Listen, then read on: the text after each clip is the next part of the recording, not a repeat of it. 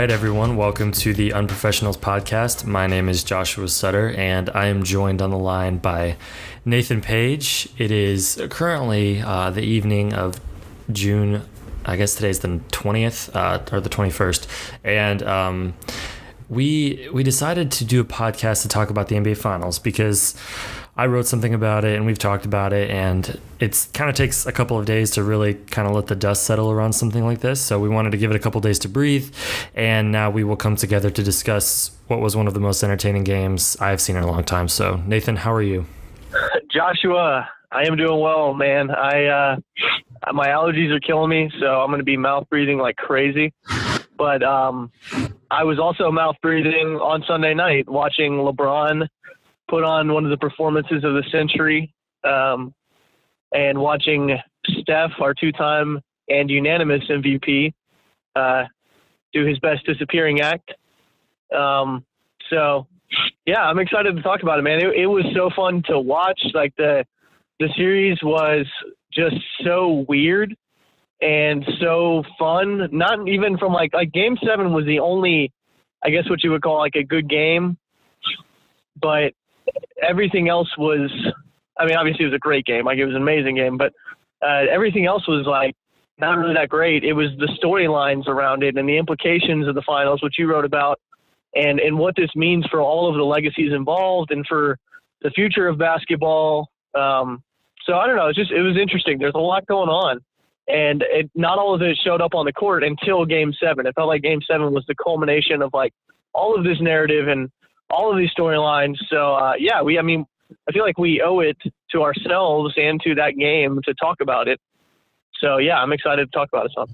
In rewatching the last few minutes of the game, which I did leading up to this, I think the most prevalent thing, and you have this on the first part of what we're going to talk about, in the insane and ugly final 5 minutes, and it was obviously really insane, but it was incredibly ugly as well. There was a period where Kevin Love had a great post up, missed it. Next possession down, LeBron, had an amazing post up where he was deep in the paint and it was short, and you could tell it was, classic. He was just tired.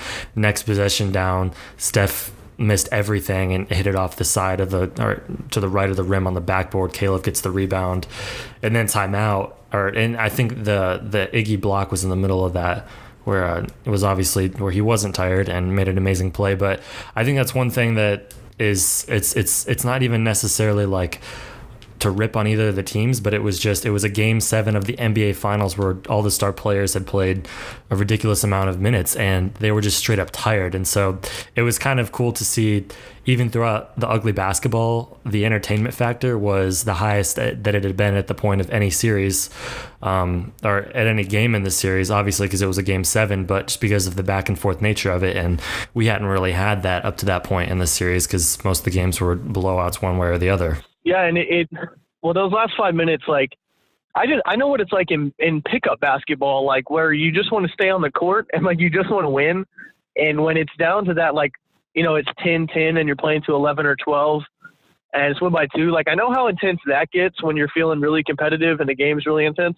Like, could you imagine, this is the absolute height, like that last 5 minutes tied at 89 for what seemed like forever. Like they were tied at 89 for like at least 3.5 minutes, right? I mean, you just rewatched it. I didn't have a chance to, but they were tied at 89 for so long, and I just couldn't imagine the intensity that you're feeling. Your body's exhausted, but man, like that was just, neither team would let the other one win, but neither team could put it away. Like there were these steals that the Warriors where they played incredible defense, and it was just like classic death lineup defense. They would get the steal, bring the ball down, but they couldn't score. Like Steph could not hit his shots, and he had 3 open looks in the last 5 minutes that he would hit in any other game, it seems like. And then the block on Iguodala, which was just such like that to me is a play that I'll always remember from this series, is that block, because he came from like the 3-point line as Iggy was laying it up and took away the ball. So yeah, that last 5 minutes was just like edge of your seat basketball. I think outside the moment, probably if I rewatch it, I'll see how sloppy it was. There were a ton of turnovers. I know LeBron had 2 really bad ones.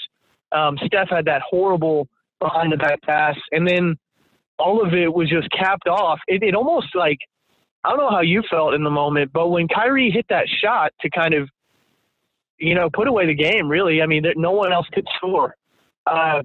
When he hit that shot, I was just shocked. Like I didn't really know how to respond because we hadn't seen a point in so long, and all it was sloppy play / really good defense and just desperation to say, like, we're not going to give up the next point.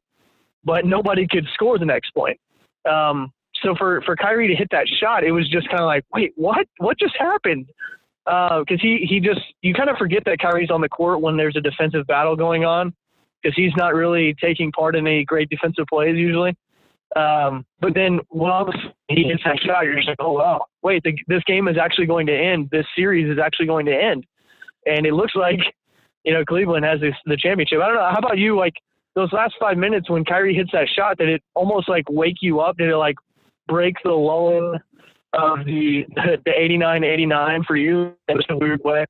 There was the first point in the entire series and game where I thought, like, for a second, the thought entered my mind, like, the Cavs are going to win this.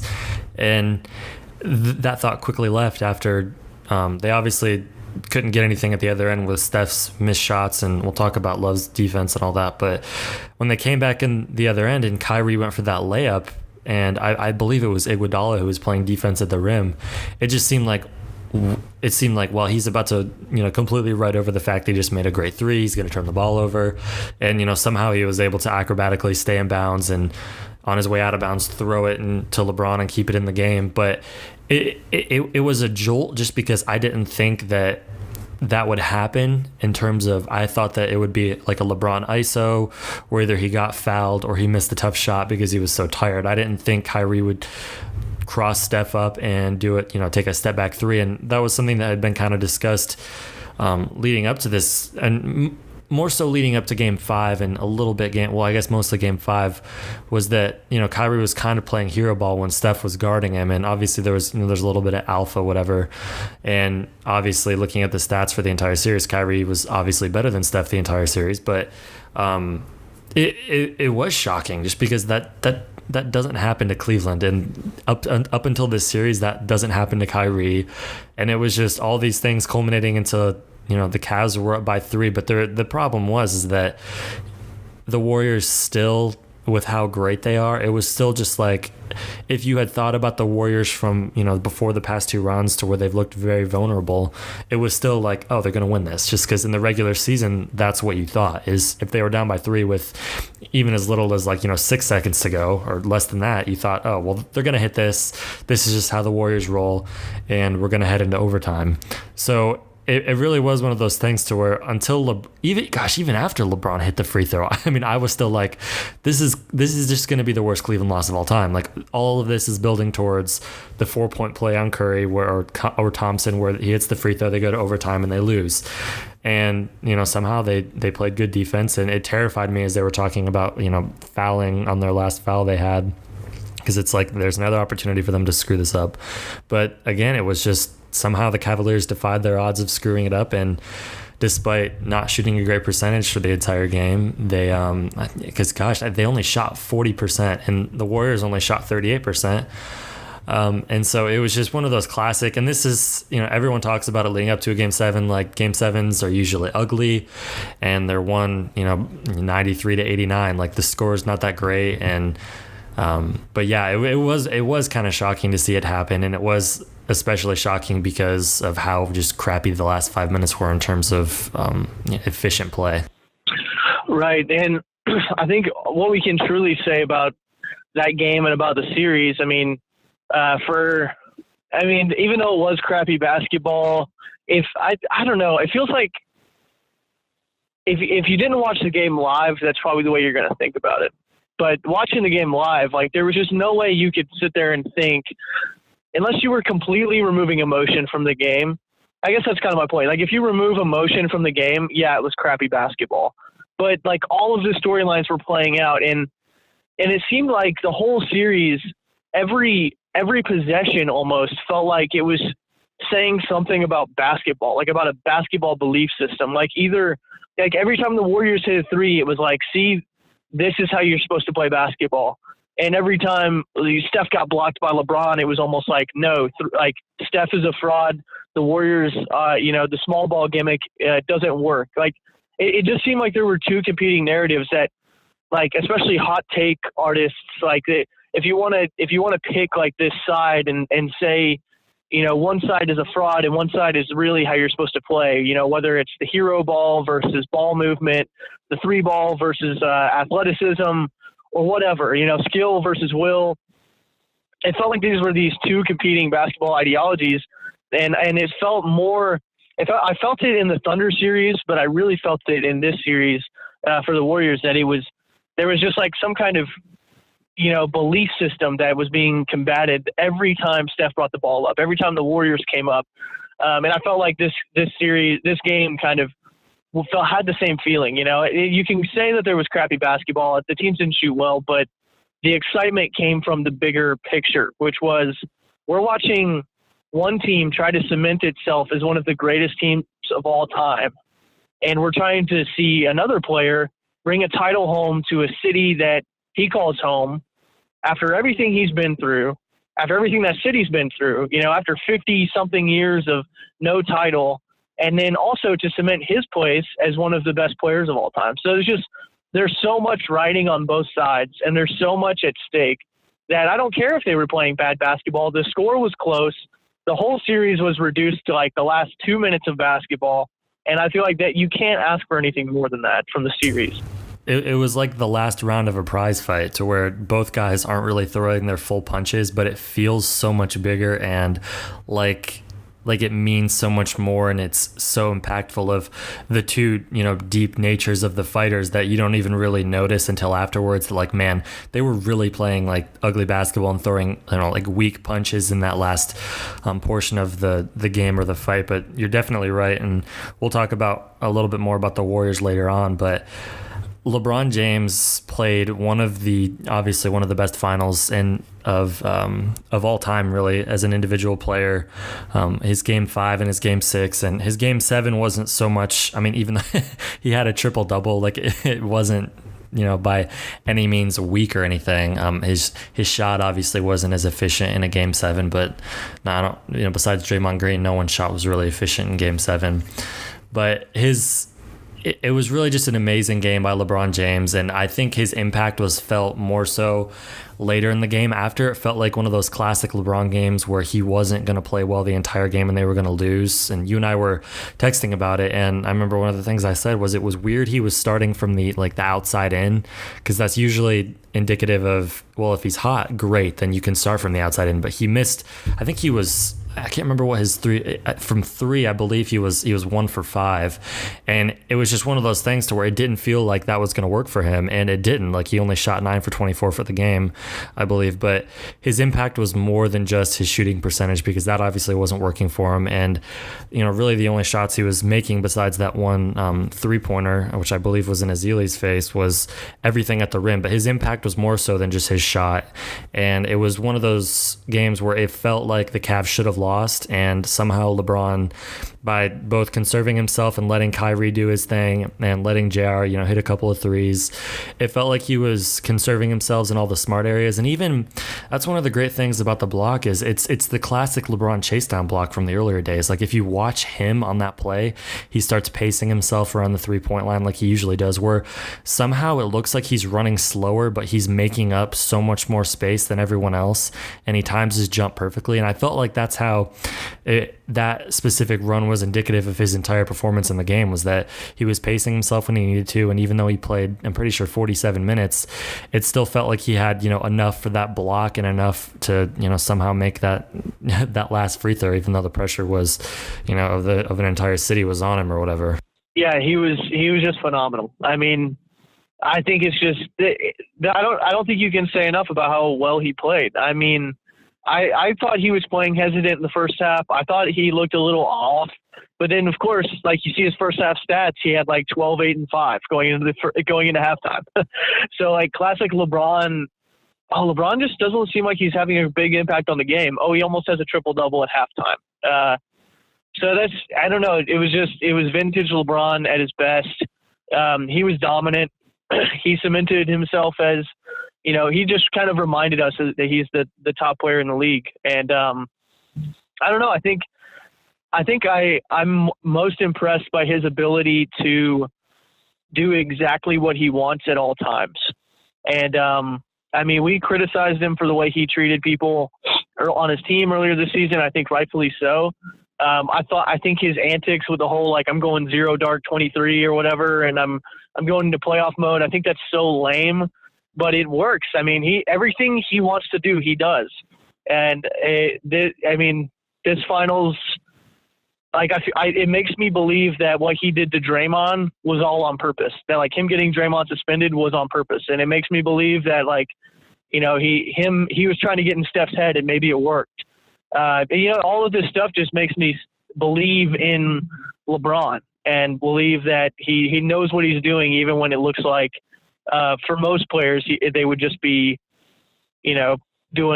just playing, and then these things just happen around them. But for him, it looks like he's orchestrating everything all the time. So Game 7 was just the perfect example of him controlling the game and controlling the game on both sides. And it was just phenomenal to watch. Like that, there was no doubt in my mind that when Iggy was going up, LeBron was going to block it. Like I just had nothing in me thought that layup was going in. And that's just indicative of how amazing LeBron was. So anyways, I think beyond that, we have to talk about the Kyrie shot, which we talked about for a second. We and you have texted about Kyrie, and I've admitted, like, I don't really care for him as a player. I still don't think, like, he's a team basketball player, but the dude came up huge. It was scoreless for like 3.5 minutes, and he hits the biggest shot on the biggest stage in the biggest game in Cleveland sports for the last 50 years. The biggest play in the last 50 years probably for Cleveland sports. And it was just awesome. It was awesome. It was awesome. And the nature of it being a one-on-one play was classic Kyrie, but it actually working out was unclassic Kyrie. And it was great to see him cap off really what was I don't want to say redemptive, because I don't think he had fallen like that far or anything. But it was really great to see him finish off an amazing series. And I've heard a couple people talk about I guess now maybe we can say that they would have won last year if they had Kyrie and Kevin Love, and I maybe they would, maybe they wouldn't have, but I think you can definitely say that if they had been together last year and lost, maybe this year wouldn't have happened, because I think Kyrie's development, I don't think he would have been ready last year necessarily to perform like he did this year. And maybe if that's the case, maybe he gets him and LeBron's relationship is fractured even more than it was throughout the first portion of the season. So I think it's kind of hard to, obviously hindsight's 2020 and all that, but his series was really incredible. I don't think it changes anything in terms of they still have to figure out and it's so hard to say this about a team that just beat the Warriors in the finals, but I still feel like their offense could be so much more efficient than it is, and that they could still figure out ways to make it run better, especially with Kyrie, LeBron, and Kevin Love, especially Kyrie and LeBron, because I was one of the people, and there were a lot of people who pointed out there's a lot of different numbers that support that they're more efficient offense with Dellavedova on the floor. But obviously they couldn't do that against the Warriors because they needed someone who could score at Kyrie's rate. And that obviously worked out very well for them because Kyrie had the series of his life. And so I'm really happy for him that it was capped off with really an amazing shot. And it was, the cap off of him dominating Steph in a series that had the unanimous MVP going against him. And he was definitely up to the challenge when, and I feel like it was especially more difficult because the first few games did not go their way at all. Like they were getting dominated, and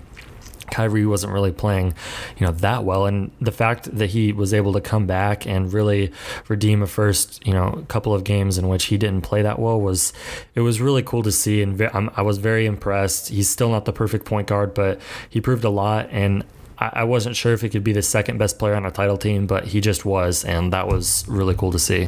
Yeah, I agree with you that, and we'll talk more about this, like as far as big picture stuff, but I do agree with you that I don't think like him making that shot and them winning this game because of hero ball, like I don't think that means anything big picture about basketball. Like that doesn't like prove that hero ball or ISO ball or whatever you want to call it. Like, it doesn't mean that that's like the way to win a basketball game.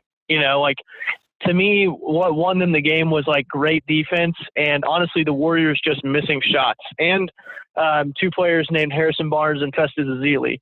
But beyond that, I mean, I think they hit the shots when they had to, but I don't think that means like, oh, this is how you win games. You just like have Russell Westbrook or Kyrie Irving just hit ridiculous shots.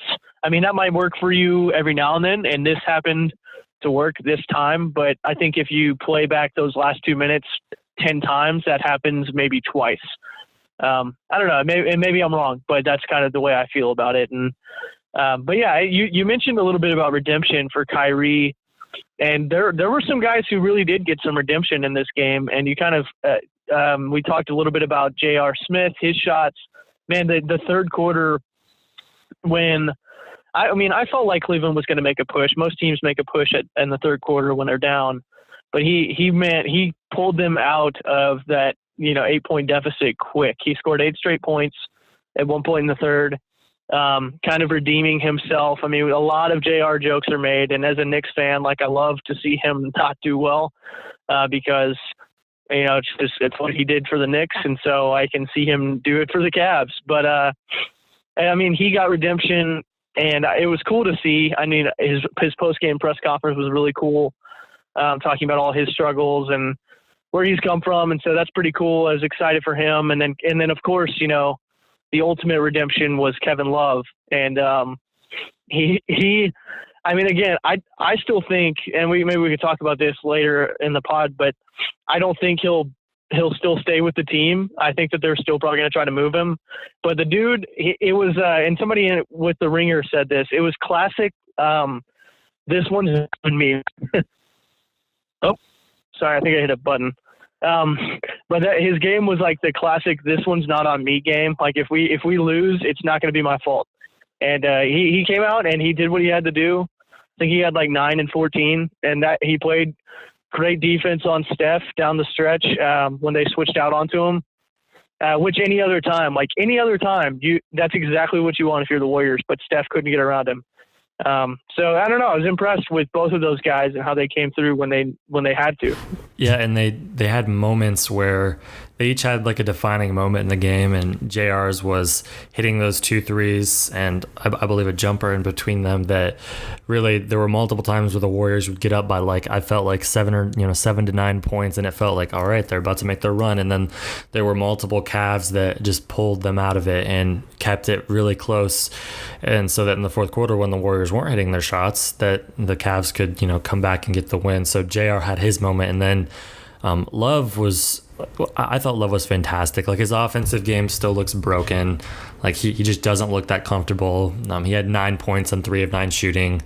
But the thing that was most impactful about him was the rebounding. And we talked a little bit about this during the game, was his rebounding was so impactful. I didn't understand why Shump was getting Shump was getting a lot of his minutes. I mean, he played 19 minutes and Love played 30, but it was one of those things to where Love's impact was so great on the offensive rebounding end and the defensive rebounding end that it felt like even though his offensive game was broken, that he could still, provide a little bit of a decoy on the offensive end, but his rebounding was so impactful throughout the game that he really did have a big impact on the game. And then obviously the defense on Steph is what he'll be remembered for in this game, rightfully so, because it was great defense. And the thing is that's a shot Steph has made during the regular season, but he usually gets more separation on that. And a lot of that had to do with Kevin Love. Like, even when Steph passed it off to Draymond and Draymond kicked it back, Kevin Love stuck with him. And that's not something to be taken lightly, because Steph's obviously one of the most difficult players to stick with. And being in the fourth quarter of a Game 7,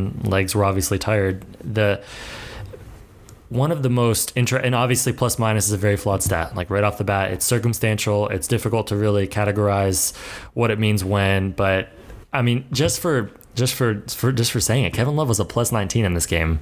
Like, that's huge. And that's a game where LeBron literally played 47 out of the 48 minutes, but he was only a plus 4 because the Cavs only won by 4. But it's like, in a game like, and the funny thing is, looking at the box score, every Warriors starter had a negative plus minus, and then 4 out of, like, I think 5 of their bench guys all had a positive plus minus, and on the Cavs it was the exact opposite. Like, all 5 of their starters had a positive plus minus, and on the bench, like, Iman Shumpert, -9 plus minus again. And I get it, circumstantial, but Shumpert and Harrison Barnes were obviously I think the big losers of the series. Obviously Steph is a more high profile loser, but in terms of what I actually think of, who they've become, and we'll talk more about those two guys later, but yeah, definitely a redemptive series for J.R. Smith. I think he gained respect in a lot of people's minds with the stuff after the game, not specifically the partying, which all those images came out and I thought that was hilarious. His shirt was off for like probably 12 hours afterwards. But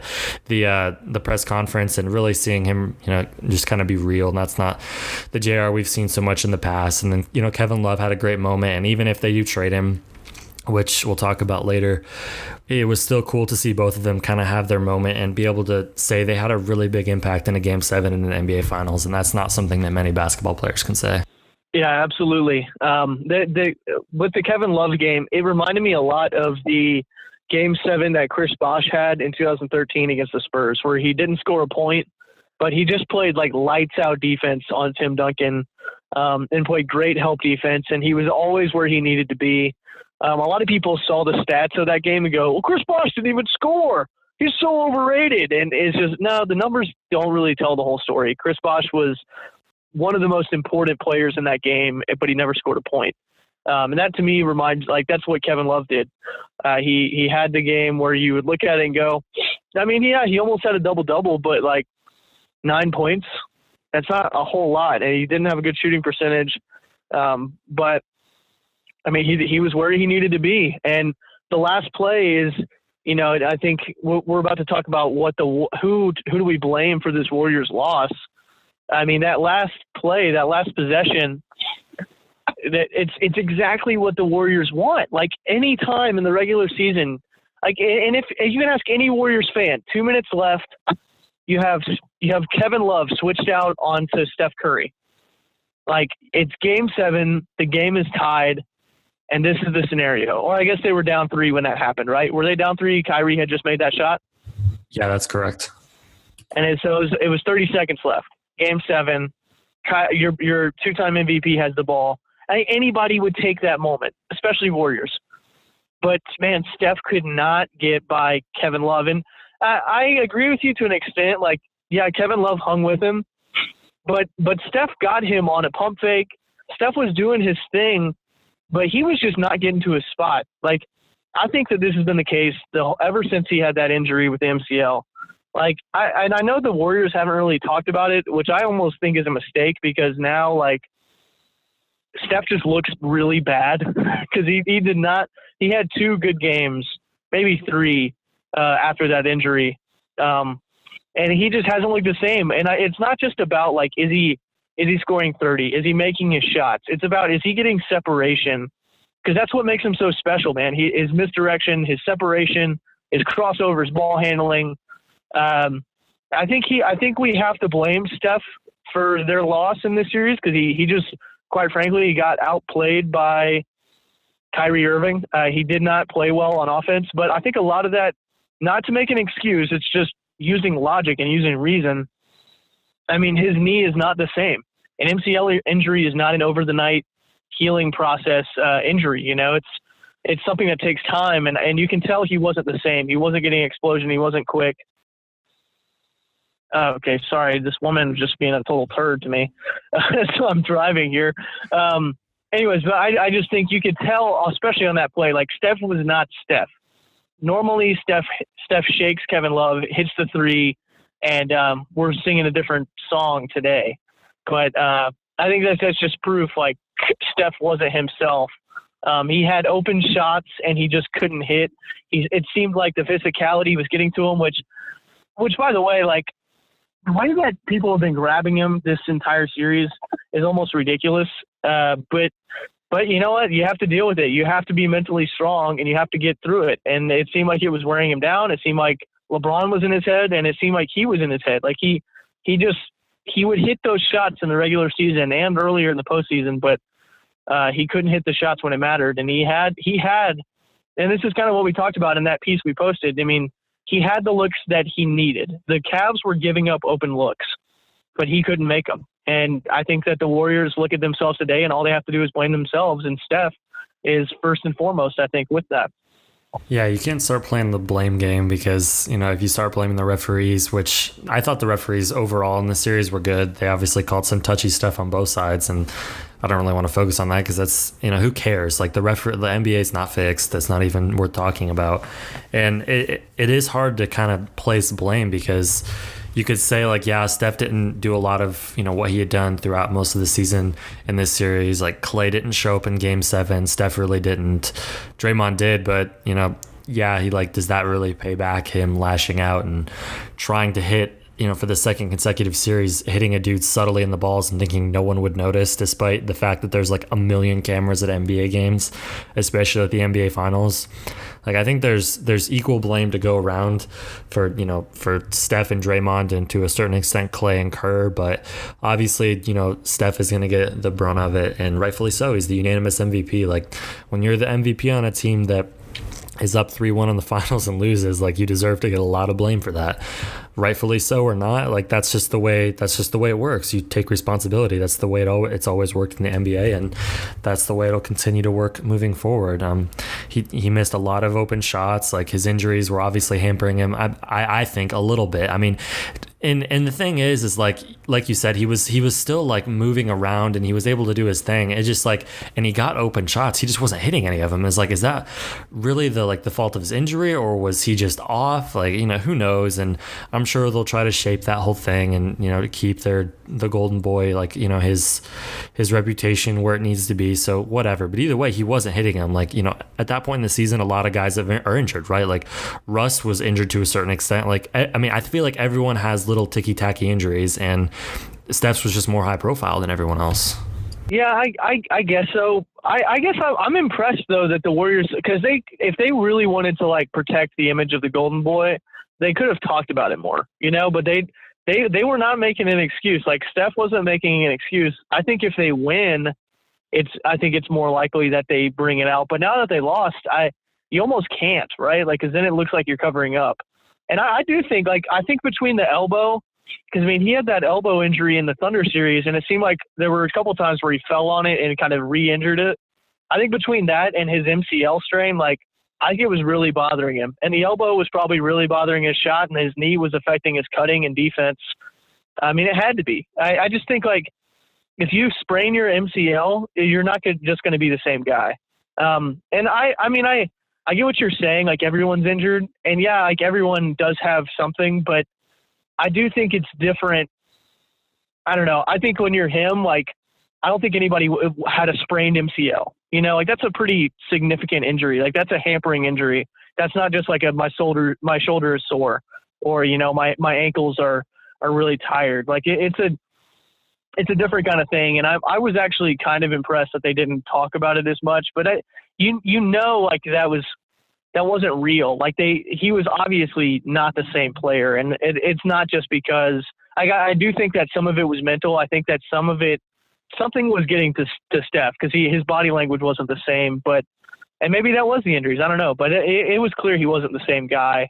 But you mentioned, I think with that, it's clear that the series overall has to be blamed. The loss has to be blamed on Draymond and Steph. Steph had as many open shots as you could want, and he couldn't close the game in game 7. And he had open shots in game 6 and game 5 too. He just couldn't hit. And I think, so you have to put blame there because he wasn't himself. He got outplayed by Kyrie. And his injuries made him different, but he still just didn't hit his shots. And then if your injuries are slowing you down, you have to make an adjustment. You have to change the way you play. And he just never did. And I think for Draymond, I think it's the same thing, man. If you're close to getting suspended, you have to change the way you approach the game. And he didn't. He did something stupid. He got caught. He deserved to be suspended, and he has to blame himself. So I think for those reasons, those two get pinned with it's your fault that they lost the series. But as far as game 7 itself, I think a lot of the blame has to go to Kerr because, man, I just felt like the whole Ezeli thing was just to me, that was like defaulting to old NBA beliefs that Kerr and the Warriors have spent the last 2 years trying to dispel. Like, you have to play a big man because you need rim protection. Like, that's so anti-Warriors, but they did it because that was like, oh, you have to have rim protection.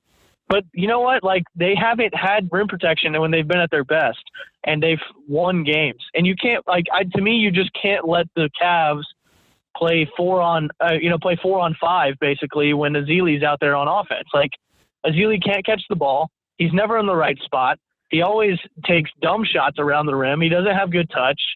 I think that he's one of the biggest losers of the series because he looked like he could be a starting player in the regular season, and now he doesn't look like he belongs in the playoffs. So anyways, all that to say, like, I think Kerr fell in love with Varejao and Ezeli and even Harrison Barnes, and he just left him out there too long. Like, he didn't play Leandro Barbosa and Livingston enough, and I think he just, like, stuck to his rotations in the kind of game where you have to abandon rotations as soon as you see they're not working. And he just never did. That's where, like, all of that to say, like, I blame the series on Steph and Draymond for the Warriors, but I've got to blame Kerr for Game 7 because it just, you got to make quicker decisions. And it seemed like he got stuck or couldn't, make the Warriors' decision. He made kind of like a classic NBA old school decision there.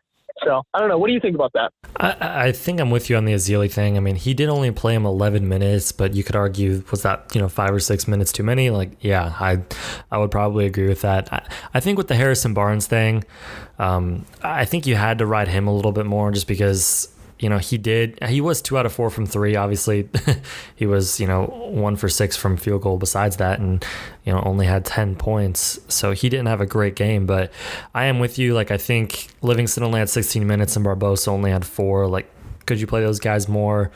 Barbosa, I think he probably should have played more. And if, does he take minutes away from Barnes and Ezeli at that point, then great. The one thing that is kind of weird is Varejao had 8 minutes, and I just don't understand that.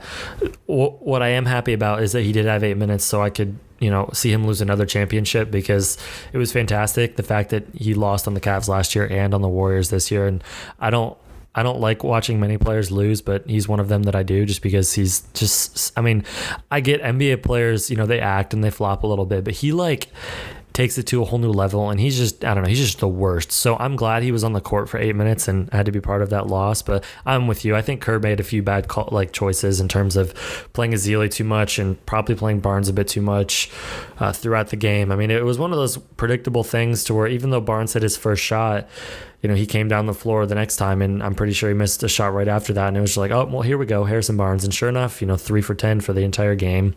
And, he was still out there. But, you could argue, well, do you have to keep him out there because his length and the fact that they do have to honor him to a certain extent? But they didn't. Like, they were giving him space. And, yeah, they were the closing out flying on some of his threes. But I still think you're right. He probably did play too much for the value that he was giving them. And I don't know. They did play Iguodala, I think, 38 minutes. But it's like, so what are you going to do? Are you going to play Barbosa and Livingston, in the mid-20s and, take Harrison Barnes and Ezeli down to basically nothing? And I don't really know if you can do that entirely. Like, did they abandon the small ball thing? And no, to a certain extent though, but I think playing Ezeli and Varejao combined 19 minutes was abandoning it in terms of they should have done it more than they did. And like, they didn't abandon it completely. They probably played it, I don't have the numbers, but they probably played it about the same amount that they usually do. But should they have played it more because they had to play, Ezeli and Varejao 19 minutes? Like, hindsight's 2020. You could say yes, but at the same time you could say, well, like, LeBron was kind of killing Draymond, and so to a certain extent, do you need someone in there to protect the rim more? And you could make an argument for both of them, but obviously looking back, he made the wrong choice and should have gone small more often than he did. Well, I think it's even less like the amount of minutes and more of like when the minutes came, because like when he put Ezeli in the fourth, to me that was just a mistake. Like, and I don't know, he started the game out and instantly you knew, like, the first couple of offensive possessions for the Warriors, it was clear Ezeli didn't have it. So to me, it's like, get him out, and that's it for Ezeli. I get what you're saying about like Harrison Barnes, and like you kind of have to ride with him, but they've played Livingston instead of Barnes and gotten away with it and played really well with him. with him in the game. Not like a small forward, but just playing extra small. And he has the length at least to hang with LeBron and hang with some of these guys. So I don't know. I think it was just kind of the timing of some of it. Like Varejao totally kills their offense to me. I mean, he can pass better than Ezeli, but it's so clear. Like he spends so much time trying to flop that the refs just, it feels like the whole tide of the game turns against the Warriors because the refs just like instantly hate Varejao.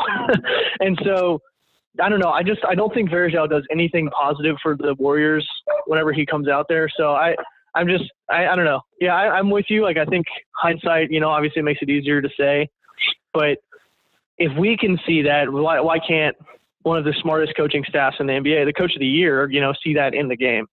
So anyways, I guess we can move on from that. How do we blame the Warriors?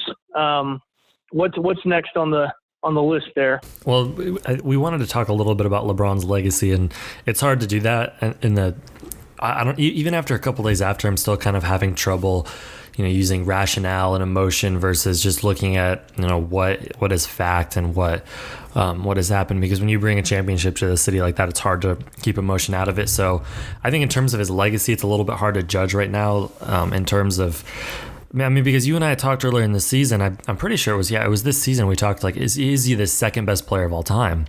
And, we'll have to redo our rankings at some point, but, and by the way, I am feeling a little bit of vindication for the Steph thing, but we can talk about that another time. But I think LeBron's legacy obviously has only been helped by this. Does it make him the best player of all time? No. Does it make him the best small forward of all time? Sure. Some people could say yes. I think what it does do, though, is it really does put an end to, if you make fun of LeBron at this point for not being clutch or whatever, just purely based off of his finals record, even if he had lost this, I probably would have still made this argument. Like, you're just foolish at this point, because when LeBron has good teammates around him, he wins, except for 2011 against the Mavs, which I thought they should have won and they didn't. But regardless of that, I think he's just done more to prove that he's an incredibly intelligent, one of the most intelligent basketball players ever, probably the best two-way basketball player ever. And he's just done more to cement his legacy as one of the greatest of all time and one of the smartest NBA players of all time, if not the smartest NBA player of all time. So I think in terms of if he's the real MVP, yeah, you could say he's the most valuable player just because of how smart he is. And obviously we saw he went up to another level in the playoffs that I think a lot of us didn't think he had. I didn't think he had it anymore. And so it was cool to see him. He was conserving himself in such a smart way that nobody could really tell that he was doing it. And then he turned it up. And I didn't think he could get to the levels that he got to in the last 3 games of the finals, and he did. And as a result, Cleveland has a championship now. Yeah, we did talk a lot about, LeBron and where he belongs, and the real MVP question is obviously there. But it is hard to frame LeBron's legacy because it's not done yet. He's not finished. But I feel like, I don't know. I don't want to be hot take guy here, but I don't want to be local sports radio guy in Cleveland today who's going, all right, after LeBron wins his 3rd title, 6 straight trips to the finals, he's now in the conversation for the best player of all time. But at the same time, that kind of is in play now. I think if he retires now, obviously he's not going to, but if you just look at what he's accomplished as a player, he really has put himself in that conversation. And I know Jordan defenders are going to get so angry, but 6 straight finals, he wins 3 of them.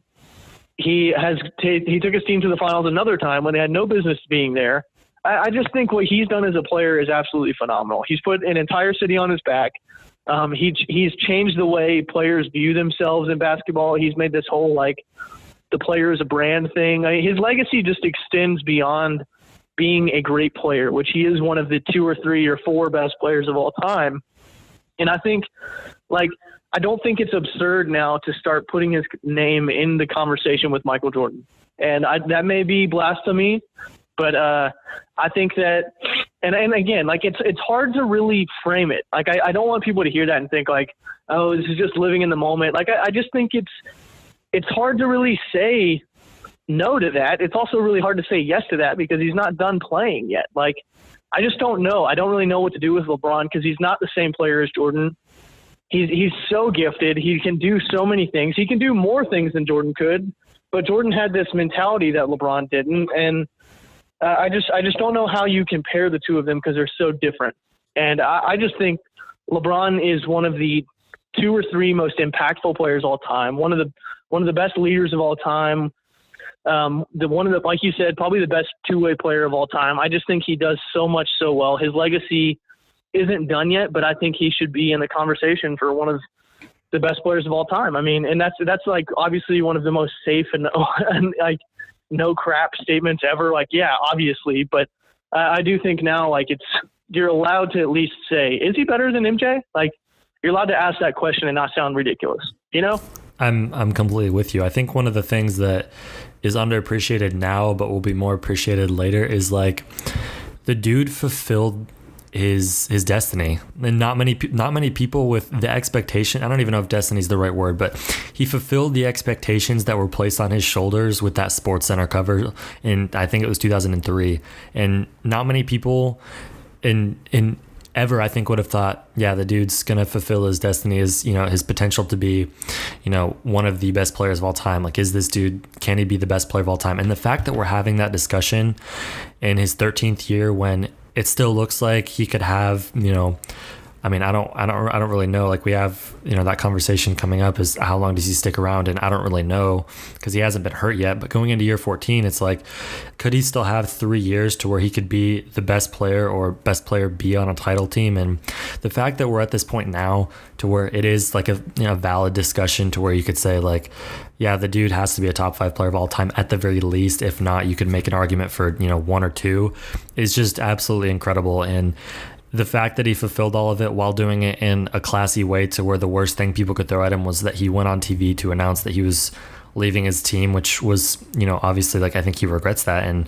But if that's like the worst thing the dude has done, and, that many years of being so, over-covered, then I think that's also something that you can cap onto a career of, yeah, he's the best two-way player of all time, one of the best passers ever, incredibly, probably the smartest basketball player ever, most self-aware. Like, the dude was just straight up mature, always has been, and it's really cool to see an athlete make, and obviously a lot of it's calculated, I get it, but it's still incredible because... And I'm not even going to go comparing, but it's really incredible to see him fulfill all of the expectations that were placed on his shoulders. And now he's, he brought a championship to Cleveland, and we're talking about him as, one of the best players of all time.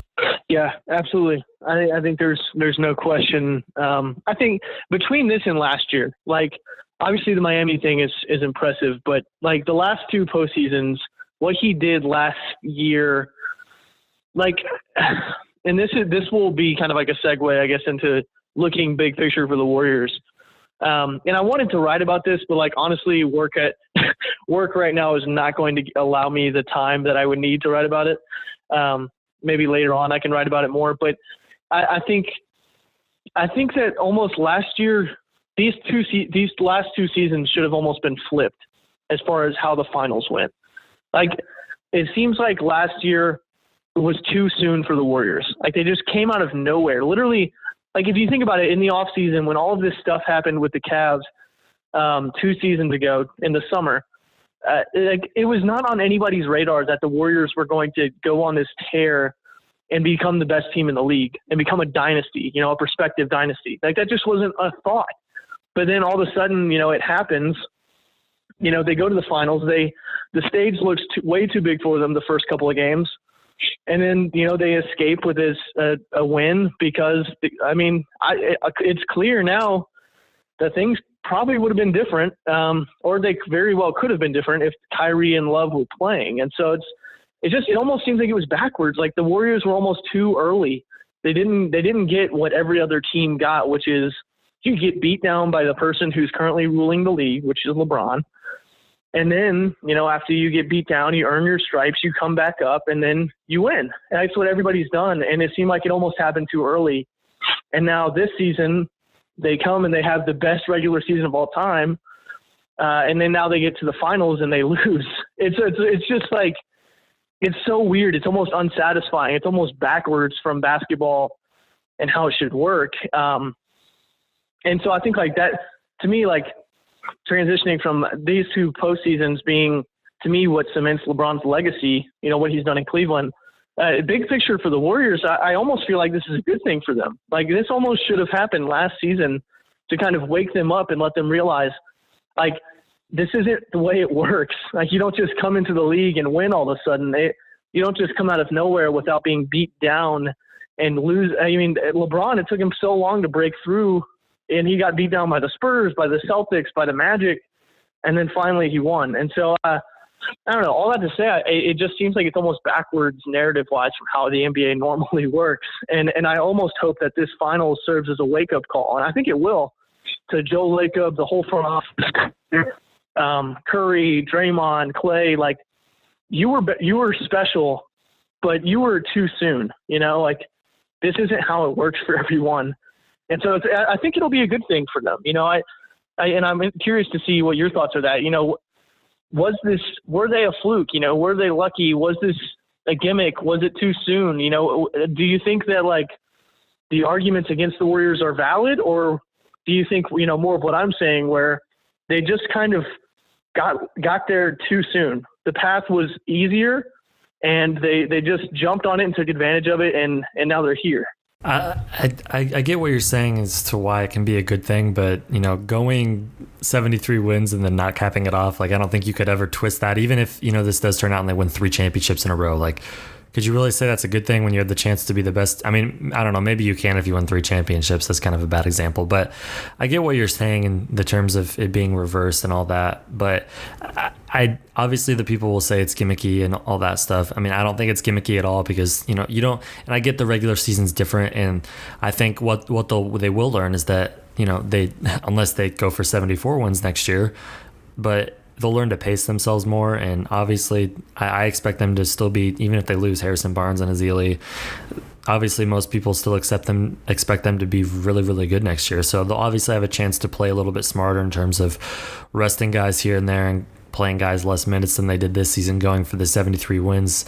And so I guess it'll be interesting seeing that as a sample size. Like, okay, now that they're able to, assuming that nobody gets hurt and they're able to, coast to a 1, 2, or 3 seed and rest guys down the stretch, do we still see them kind of change the way they have to play in the playoffs because of how well teams are defending against them?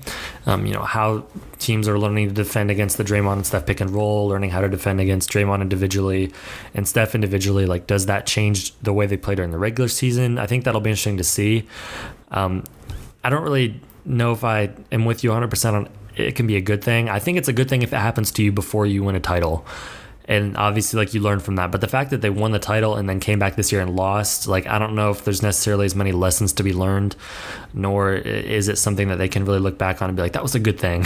Right. Well, and I think that's why it's a question worth asking, because, and I guess that's my point with saying it all kind of happened in reverse. Like, if you think about the Spurs, for instance, who lost the finals that they shouldn't have lost. And then the next season, their mission the entire year was to beat the Heat. And then they did it, and they ran them off the floor. And it almost felt like this regular season felt like it's the kind of thing that feels like it would come after this finals, Like, doesn't that feel reversed? Like, shouldn't last year finals have felt like this, and then this regular season makes a lot more sense? And then you have the finals where the Warriors win. Like, it seems like it's almost the opposite of poetic injustice or whatever for it to happen like this. So, I mean, I guess I actually agree with you. I think it's a good thing if it happens before you win, but it almost happened in reverse. And to me, that might be a negative thing. If they don't take this and say, and use it as like motivation and use it as a lesson to say, hey, Joe Lacob, don't brag about turning a 2nd-round pick into 7th voted and like MVP like Draymond, or don't laugh about getting lucky with Clay and Steph. Like, don't brag about that, because it's not something that just happens for everybody, and it's not something that he orchestrated. It's something he got lucky with, to be honest. And so I think if they take it to be a lesson, it can be a really good thing. But I agree with you. Like, it because it happened in reverse order, it almost seems like it could be a negative. Yeah, and I definitely, I don't even know if it's worth discussing because I think we both agree, like, it's not a fluke. I think that there was definitely, as there's overreaction when a team does what they did in the first portion of the season. Like, is the entire NBA changing? Like, the NBA's, kind of been in a trend towards the 6'3" to 6'11" wing guy for a long time. And that'll continue because those guys are really valuable, can play 47 minutes and do a lot of great things when they're at their peak. So I don't think, the extreme positive and extreme negative, I think neither of them are true.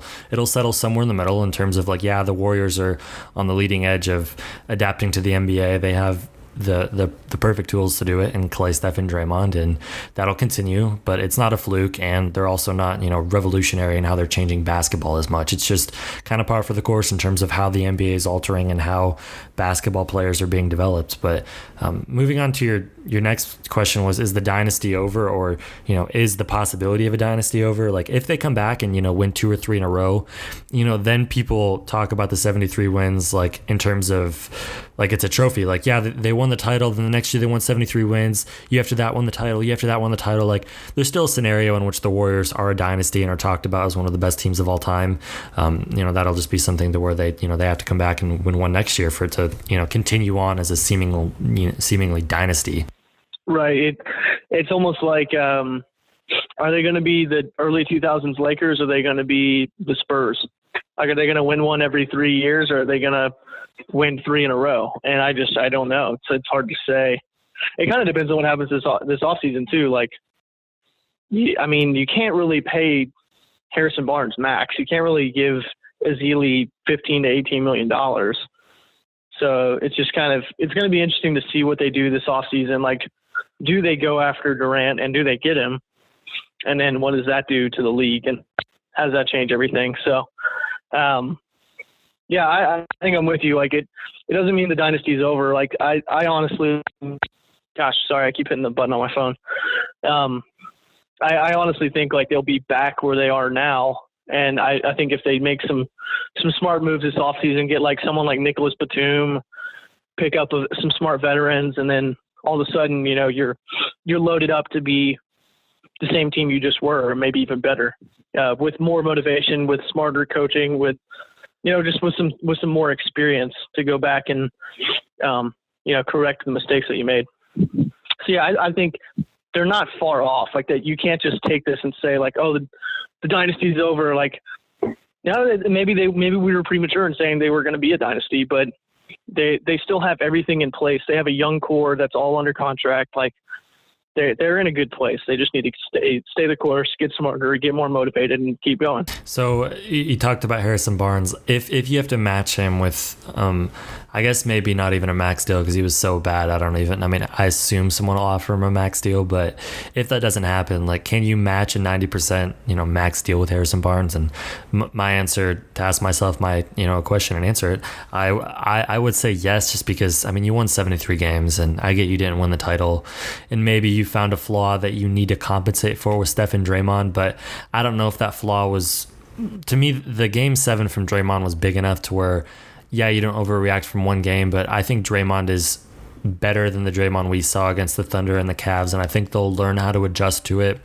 And so if you have the opportunity to bring Harrison Barnes back, then yes. The difficult thing is that they kind of have the Russell Wilson and the Seahawks thing right now with Steph, in terms of they're not really paying him as much as he's going to be worth when his contract is up. So do you kind of go short-sighted and say, let's get Harrison now so we can, reboot? And I would have to lean more towards yes, even though he had an awful finals.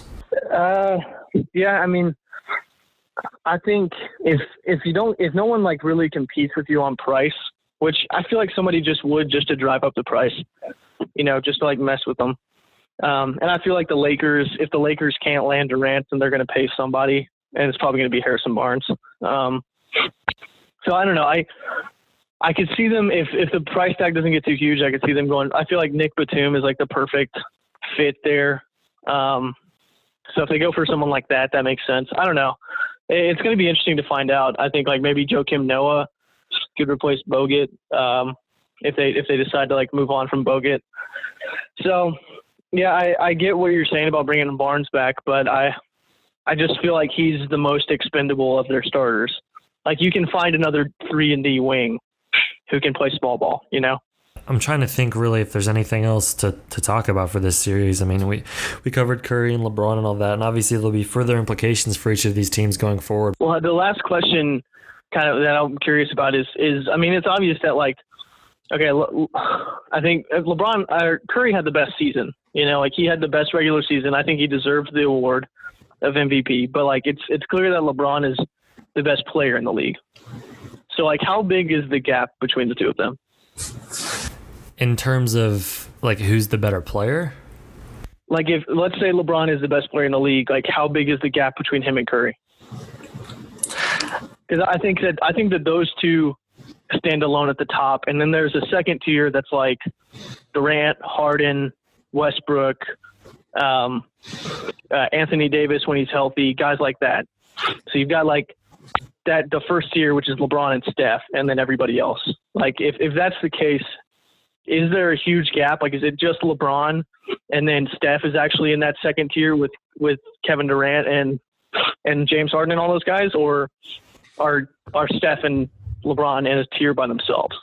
I mean, I would still lean towards they're in a tier by themselves because, I mean, Steph was doing the things he did against great defenses when he was healthy. So, I mean, if we're really going to, trend towards, and I get like trusting your knee again after something like that happens is hard. Even if it's not like a complete ACL tear, it's still difficult to trust your knee after that. And maybe that wasn't the problem. It wasn't a mental thing. Maybe it was a physical thing, or maybe it was both.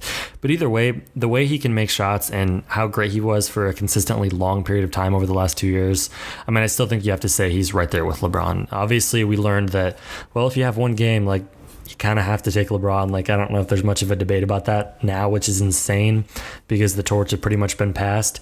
But in terms of, is the gap really that big? Like, no, I don't think so. I mean, Curry's still 2 in my mind, and I wouldn't really hesitate too much about that. Yeah, I agree with you. I still think he's like the most impactful offensive player when he's healthy. Just because of what he does to the floor. Like, he opens up everything for everyone else because you literally, like, you can't take a break on offense because of what he does. Because the second you give him a foot, he makes a three. The second you jump too far out on him, he drives past you. You switch a big on him, he's probably going to drive past him or hit a three over him. If you double him, then he's going to kick it to Draymond. Like, he makes so many smart decisions, and he does so many things so well that it's so hard to game plan for him because I think he makes his team better, which is the main thing. So yeah, I agree. There's not a huge gap there. Yeah, totally. So are there any other thoughts you had on the NBA Finals or either team? Obviously, moving into the offseason, we'll have conversations about each of these teams moving forward and their offseason plans and stuff. But in terms of kind of wrapping up the regular season or the season as a whole for these two teams, do you have anything else? No, nothing about, the finals or any of that. I mean, I'm excited to see what happens this offseason because I think both teams are in a place to, I think even though like the Cavs won, like there's still a chance that Kevin Love is gone, which I think will happen. So I think it's very interesting, like what to see, like what do the Warriors do losing 2 main rotation guys, and what do the Cavs do with the team they have? Because some contracts are going to be up, some spaces are going to open, and so it'll just be interesting to see. I'm excited to see what happens. We got the draft on Thursday, and so we'll go from there. It's going to be good. So with all of that said, thank you guys for listening. We hope you enjoyed our NBA Finals, not really coverage because we didn't really cover it, but just like all of our NBA Finals stuff. And we'll do some podcasts and have some stuff up for you guys soon. And thanks for listening.